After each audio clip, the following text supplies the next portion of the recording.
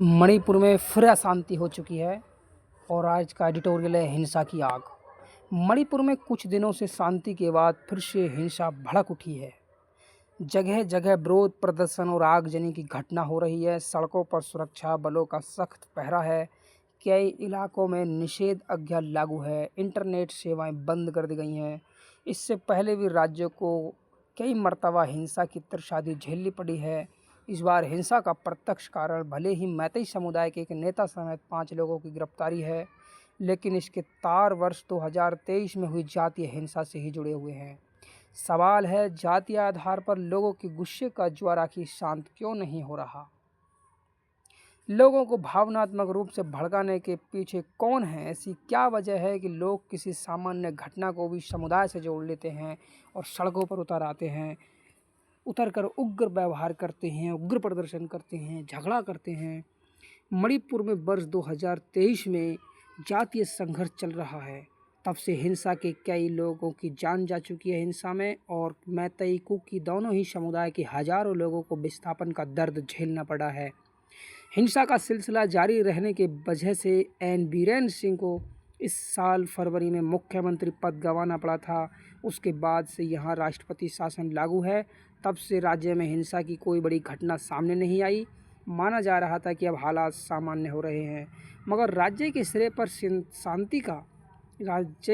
शांति का यह सेहरा ज़्यादा दिन नहीं टिक पाया। दरअसल सीबीआई ने गत रविवार को मैतेई संगठन अमरमबाई तेंगोल एटी के सदस्य कानन सिंह को गिरफ्तार किया और इसके अलावा 4 अन्य लोगों को गिरफ्तारी हुई। इन सब पर वर्ष 2023 में हुई हिंसा से संबंधित विभिन्न आपराधिक गतिविधियों में संलिप्त होने के आरोप हैं।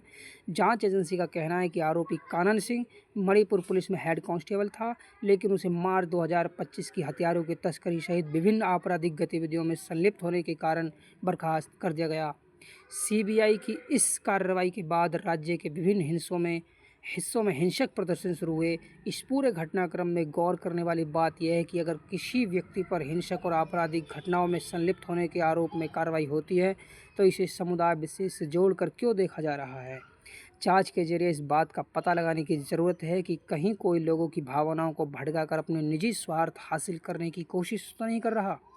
साथ ही प्रशासनिक अमले और जनप्रतिनिधियों को भी यह जिम्मेदारी बनती है कि वह जन आक्रोश को शांत करने के लिए संबंधित लोगों के साथ तत्काल संवाद कायम करें।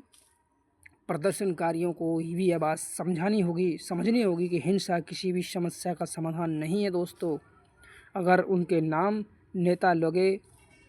अगर उनके नेता पर लगे आरोपों को लेकर किसी तरह का संदेह है तो न्यायपालिका पर विश्वास रखना चाहिए। सड़कों पर उत्पात मचाने और सार्वजनिक संपत्ति को हानि पहुंचाने और लोगों के साथ मारधाड़ करने में कोई फ़ायदा नहीं है और न ही इससे कुछ हासिल होगा।